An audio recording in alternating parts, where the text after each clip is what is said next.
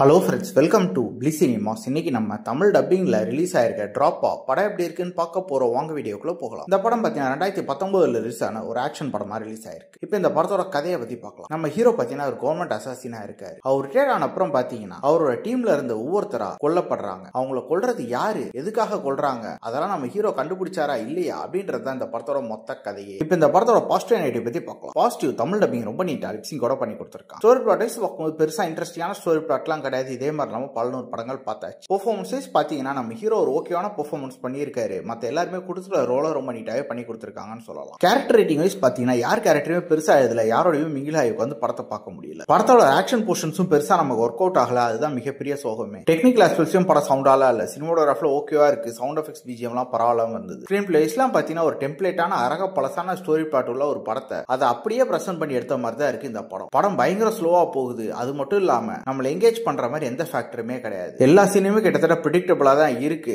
அதனாலேயே பல சீன்ஸ் நமக்கு லாக் அடிக்குது. ஓவராலா பாத்தீங்கன்னா இது ஒரு பிலோ ஆவரேஜான படம் தான். வேணும்னா ட்ரை பண்ணி பாருங்க. இன்னொரு வீடியோல சந்திக்கலாம். தேங்க்யூ.